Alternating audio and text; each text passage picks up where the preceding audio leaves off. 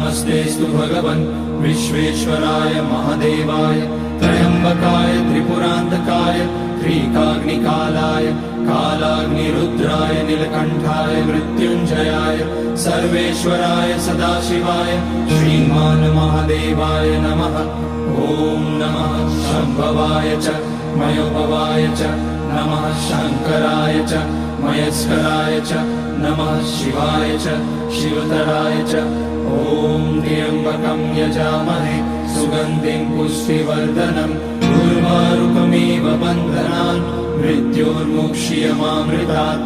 नागेन्द्रहाराय त्रिलोचनाय भस्माकराय महेश्वराय नित्याय शुद्धाय दिगम्बराय तस्मै नकाराय नमः शिवाय।